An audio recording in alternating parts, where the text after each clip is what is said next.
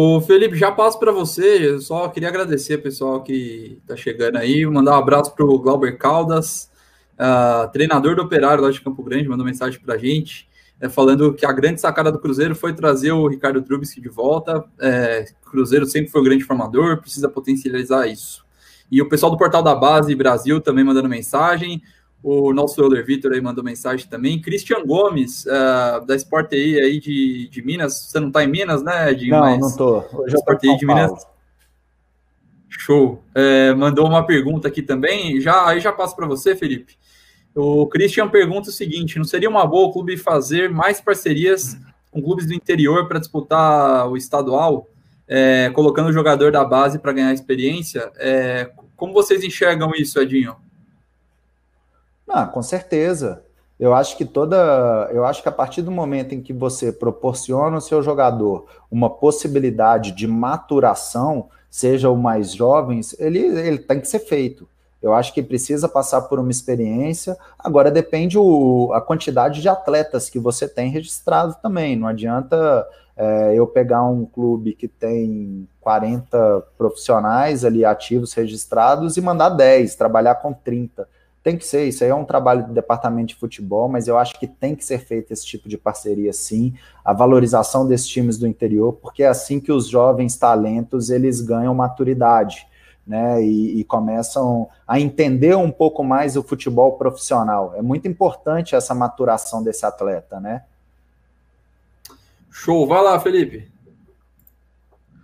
Edinho, vou mudar completamente aqui o assunto para pegar a sua visão como superintendente de marketing e falar sobre um assunto que está muito quente no momento, inclusive entrando com muitos clubes de futebol, que são os esportes eletrônicos. O Cruzeiro tem um time de FIFA hoje, tem um time de Free Fire. Como eu falei, é um movimento que cada vez mais os clubes de futebol estão querendo entrar, não só por conta de possíveis novas receitas, mas também para falar com um público mais novo, que às vezes não tem mais tanto interesse em acompanhar 90 minutos de um jogo de futebol, mas que podem se interessar pela marca do clube e não pelo esporte em si. Qual que é a sua visão sobre os esportes eletrônicos? Qual que é a importância que esses esportes eletrônicos têm nos planos do Cruzeiro hoje? É algo que vocês pretendem investir mais? É algo que vai ser colocado um pouco mais para frente porque existem outras prioridades? Dá um panorama para a gente sobre esporte o que você pensa sobre isso. Eu acho que não tem como, já é um mercado que movimenta muito mais do que a UEFA. Hoje a gente pega, né, jovens jogadores aí de Free Fire, de LoL, entre outros, eles têm muito mais seguidores, um alcance talvez quase similar do que o do Neymar. É um mercado que movimenta não só recursos financeiros, mas audiência no mundo inteiro. A gente vê o que a plataforma Twitch vem fazendo em relação aos jogos, os campeonatos, e esportes é o futuro. Esportes é um grande entretenimento na vida do futebol e acho que é um caminho sem volta. Eu acho que tem que investir, é uma forma de prospecção de novos torcedores, de pessoas que tenham uma maior aliança, né, com a marca, que tenham uma maior aproximação com a marca do Cruzeiro. Hoje o mais importante é que o Cruzeiro, e é interessante falar isso, porque dentro da nossa missão, visão e valores, hoje a nossa missão é ser uma grande organização de entretenimento. Então o entretenimento ele não é só futebol. Entretenimento é esportes, entretenimento são esportes especializados, entretenimento é conteúdo. O Sérgio fala muito isso dentro das entrevistas, e o esportes faz parte disso. Né? No curso que eu faço no Barcelona, que eu terminei, que é o Sports Ticket no Innovation Hub, eles falam o quanto o esportes é uma tendência de entretenimento no mundo, né? Hoje o mundo ele é virtual, os jovens se interessam muito mais por games do que anteriormente. Eu tenho um filho de 3 anos e meio que é difícil tirar ele do iPad, né? Às vezes estava num final de semana num hotel em Itu, no qual tinha um baita parque aquático, e ele queria, o filho de um amigo meu que tem 6 anos não queria sair do Minecraft. Então, o eSports é uma forma que a gente tem de se aproximar e comunicar com esses jovens, trazer o futebol para perto dessas pessoas, e a marca, eles têm que conhecer que o Cruzeiro, ele não é só um time de futebol, o Cruzeiro é uma grande organização, de entretenimento. Entretenimento não quer dizer que vai ser só futebol, esportes é o futuro. O clube que não investir, eu acredito que vários já estejam olhando para isso, existem grandes campeonatos e que talvez, acredito que no futuro, aí, em 5, 6 anos, vão premiar mais do que uma Libertadores, do que uma Copa do Brasil ou Campeonato Brasileiro, eu não tenho dúvida disso. É isso aí. Bom, a gente está chegando perto do final, gente. Eu queria pedir para vocês se inscreverem aí. Vou mandar minha última, depois passo para o Fernando, mas a gente está chegando perto aí. Então, se inscreva no canal, deixa o like aí no vídeo também, importante para a gente. Edinho, eu queria te perguntar, assim, as dificuldades para vocês não são poucas, né? No momento que vocês encontraram o Cruzeiro na atual situação. Ano passado, o Cruzeiro teve um déficit aí de quase 400 milhões de reais, muito por conta de despesas aí, despesas com futebol foram quase 500 milhões, né? Despesas totais 684. Eu queria saber como andam essas despesas, se vocês conseguiram enxugar muito de folha de pagamento, quanto vocês conseguiram enxugar para um ano que as receitas serão ainda menores, claro, por conta da Série B, mas também pela pandemia. Como está essa relação com os gastos? E vocês me permitirem só se vocês têm encontrado dificuldade também na contratação de jogadores por conta dessa situação financeira do clube. Isso tem sido mais difícil no trato com possíveis atletas, possíveis contratações pela atual situação financeira do clube? Bem, primeiro ponto sobre a parte operacional e o déficit, realmente a dificuldade ela é grande, mas o Cruzeiro é muito maior do que seus problemas.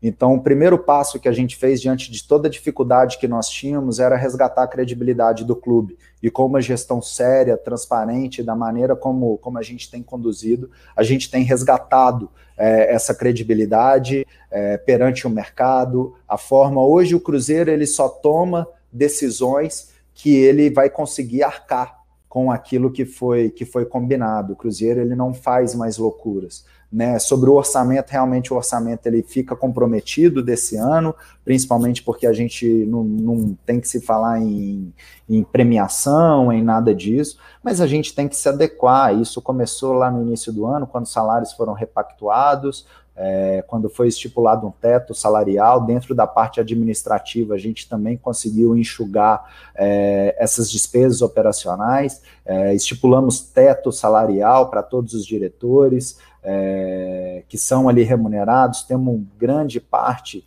da nossa diretoria executiva também é não remunerada, que estão abrindo mão aí de várias coisas para ajudar o Cruzeiro a se recompor. É uma dificuldade muito grande, mas o Cruzeiro ele é muito maior. Eu acho que, sendo transparente, todo mundo sabe as dificuldades que nós temos tido aí com a União, e principalmente essa discussão com a Procuradoria-Geral da Fazenda Nacional, a PGFN, mas tudo tem caminhado para uma conversa. A gente precisa adotar essa postura, né? A decisão do Profut também é uma grande discussão, mas a gente tem um recurso administrativo, a gente entende sobre a legalidade do Cruzeiro e que a gente vai obter um êxito, então existe essa discussão.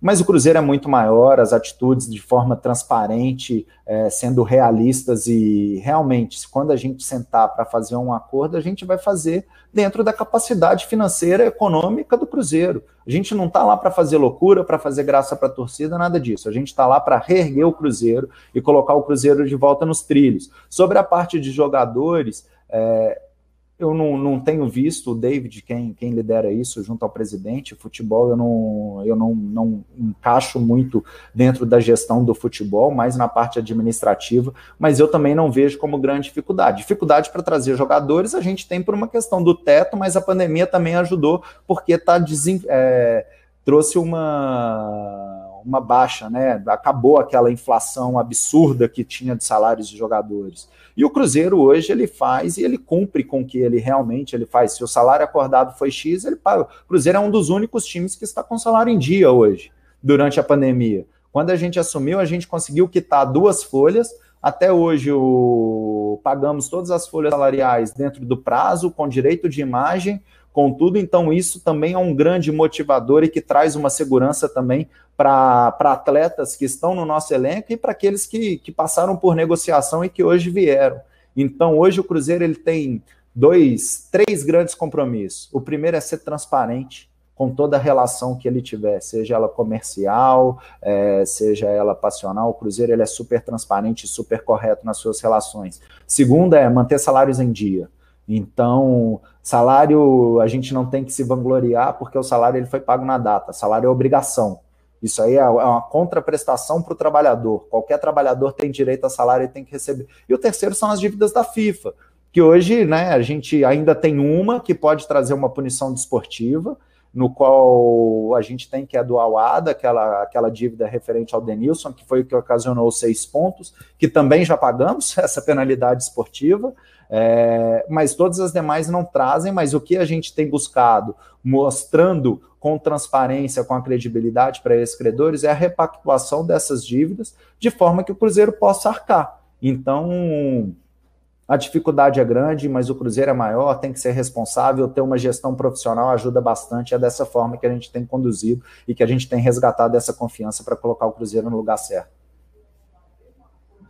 Maravilha. Bom, então, Fernando, vamos lá para a última, para a gente, infelizmente, encerrar o papo com o Edinho. Rapaz, passou rápido. Agora, Edinho, vou soltar uma aqui que é uma boa aqui para vocês aqui. A gente está com 12 dos 20 principais clubes do Brasil em eleições esse ano, né? Alguns, a situação é de caos completo, eles combinam crise financeira, política e crise técnica. Então, Corinthians, Vasco, Santos e São Paulo são exemplos, né? O Cruzeiro é mais um clube que vocês têm um mandato aí, se não me engano, acho que até outubro, novembro, né? Eleições em outubro agora. O mandato, né? É até 31 de dezembro e a eleição em outubro. A pergunta que eu te faço... Em outubro, tá. A pergunta que eu te faço é o seguinte, quais são os planos, né? Se já estão definidos os planos aí para essa continuidade do trabalho que vocês vão fazendo, e como está o ambiente político do clube, um clube que sempre foi conhecido por ter aí uns caciques, umas figuras, não apenas o Cruzeiro, né? Isso é muito comum em vários clubes, mas uns caciques aí que deram as cartas por muitos anos. Como é que está a política dentro do clube agora e como é que vão ser as eleições? O nosso plano é continuar por 3 anos, que é a próxima reeleição do Sérgio, então a gente vai continuar com essa chapa para a gente disputar essa eleição presidencial. Eu não acredito que haja uma oposição e que haja motivos para uma mudança na direção executiva do clube. O Sérgio tem mostrado uma capacidade de liderança e de credibilidade muito grande, eu não vejo. A gente tem ainda a eleição do conselho, que vai vir depois, mas o ambiente político no clube, ele é tranquilo, né? Nesse momento ele é tranquilo. A segurança que a direção executiva tem passado aos conselheiros, ela é grande, a gente tem conseguido resgatar, eu acho que não só os resultados dentro de campo, mas também fora de campo, em relação à liquidação de dívidas, ao reparcelamento, a uma recuperação que a gente fala de credibilidade do clube, então eu não vejo motivos para isso. Hoje o Conselho do Cruzeiro ele está bem unido no entorno de que é necessário a gente recuperar o Cruzeiro, e o que a gente fala é que o Cruzeiro ele não pertence aos 10 líderes executivos, ele não pertence aos 450 conselheiros, mas ele pertence a 9 milhões de cruzeirenses. Então hoje todos estão unidos em prol do Cruzeiro para recuperar o Cruzeiro e colocar o Cruzeiro no lugar ideal. Agora, a eleição é sempre uma caixinha de surpresa, né? Eu acredito que não tem motivo, o Sérgio ele é candidato à reeleição, permanecer por mais 3 anos para que a gente possa continuar esse trabalho que vem sendo realizado. Para o Conselho é uma outra história, eu não acredito, eu acho que a democracia ela é super saudável. Eu acho que desde que haja debate de ideias, sem nenhum tipo de agressão, ela é super saudável e ela é válida, ele tem que ser praticado isso.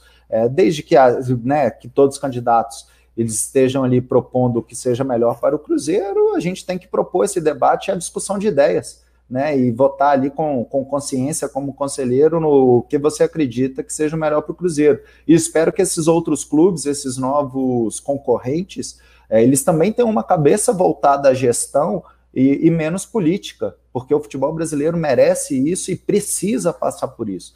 O futebol brasileiro, ele necessita uma modernização e do momento de gestão. A gente vê que os clubes bem geridos, digamos assim, como a gestão profissional, Flamengo, Atlético Paranaense, Grêmio, o próprio Inter, que tem se recuperado, Bahia, Fortaleza, são presidentes que realmente são uma inspiração para nós também. A gente mostra que esses times estão indo para o caminho certo, o Ceará, entre vários outros.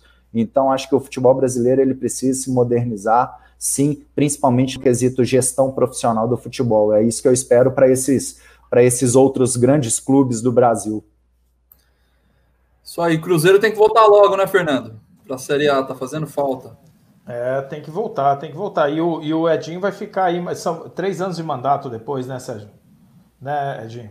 São mais 3 anos. 3 anos. Aí até final de 2023. 21, 22, 23. E aí o Sérgio não pode se reeleger de novo, né? Ele teria esse, ou ele vai poder mais um depois?